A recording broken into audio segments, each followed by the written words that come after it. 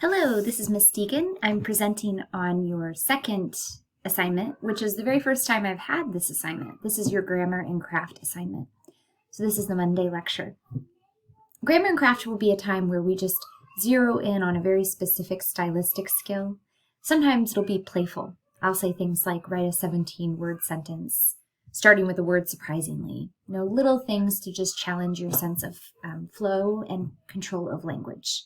And this is all in pursuit of the elusive sophistication point, which is a point on the rubric for just having a really clear command of writing.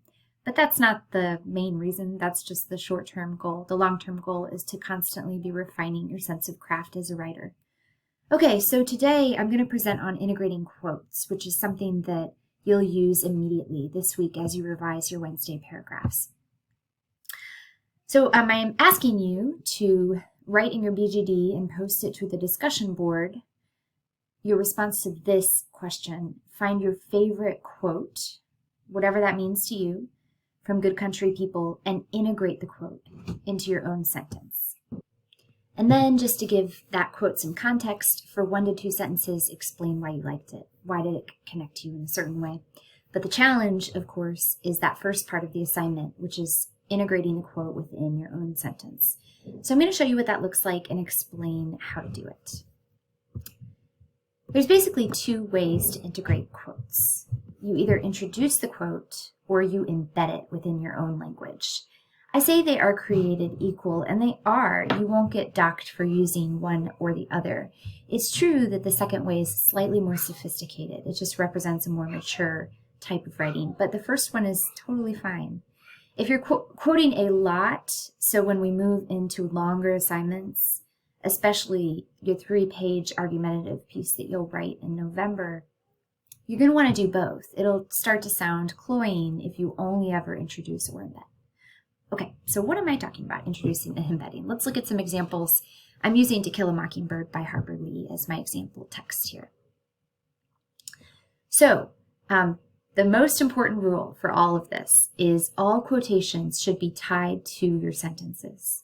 Introduce them or embed them, but they should never suddenly appear out of nowhere. Never use a quotation as a complete sentence by itself. So here's the incorrect way to do that. This is the not model.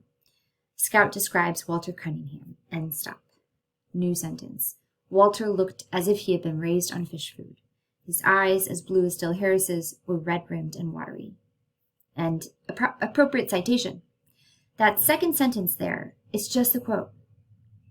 That is not what we want. There's a couple of reasons for it. Primarily, it stops the flow of your writing. So it sounds clunky. It sounds like we have to stop and move into the head of a different writer, which is in fact what we're doing. So it stops the syntactical flow. But there's another reason. It stops the idea flow. It keeps your ideas from stringing together in a way that enhances your general argument or the point that you're trying to make or the insight that you have.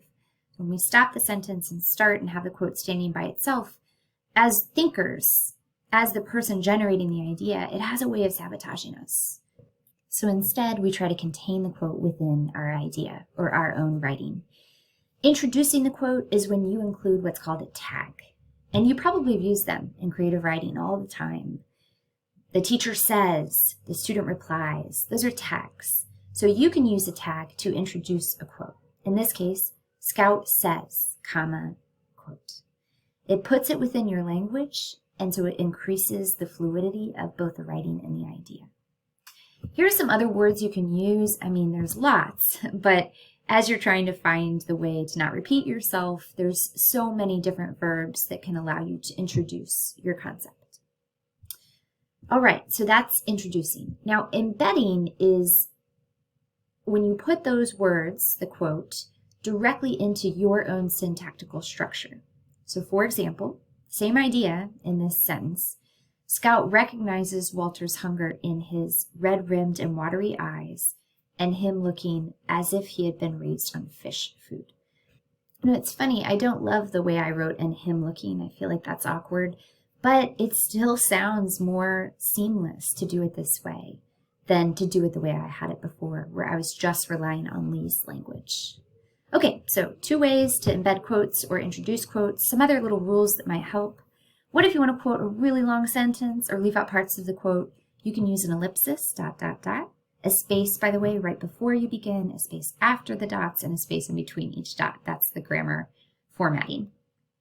You don't need to ever include ellipses at the beginning of the quote or the end of the quote because, of course, you clipped it. You're clipping it to put it in the text that you're writing. So we know that's implied that there's going to be cuts on either side of it. You only need to include ellipsis when it's in the very middle somewhere of the sentence. And then another question, can I change verb tense or mess with a quote in any way? Yeah, you can, especially when you're embedding. You might need to. So to a degree, sometimes it's necessary to change the form of a word from walks to walked or to add a word of your own to make the sentence flow. Often it's in adding a pronoun instead of repeating the name of the character. So use brackets to indicate anything you've changed. And there's a little example here at the bottom. Regarding Mrs. DeVos, Atticus says to Jem that he wanted him to see something about her. So that him is because I didn't want to repeat Jem. All right, so I have a model, and it's Caitlin Ford, who's one of our classmates here, because she did this really nicely in hers when she was writing about Joy Holga and whether Joy Holga changes. Everything that Caitlin has here is embedded for the most part, and you'll see just how it's smooth. It really sounds sophisticated. So I'm just going to jump to the first one here. Joy Holga is presented as someone with a superiority complex. She believes she's better, more intelligent than those around her because she, quote unquote, doesn't believe in God and has multiple degrees. And then a little bit later, when she meets the Bible salesman, she lets her guard down and allows herself to feel entirely dependent on him. I love the quote there because that's really an important moment in the story, and the power of those words together in the story is something Caitlin wants to capture, but she embeds it in her own sentence.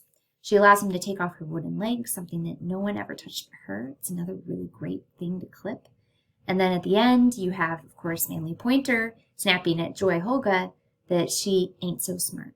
So those moments are really sophisticated in their construction, and that's what you're going for. Again, it's fine to do an introduced quote too. They really are both good. Okay, so I also made this document that it's now posted in this lecture, and it's just a guide to how to do this. It's got a lot more models. A lot of the models are from the book The Road by Cormac McCarthy, along with some other little complications you might run into as you're trying this out. Good luck. I look forward to seeing what you come up with.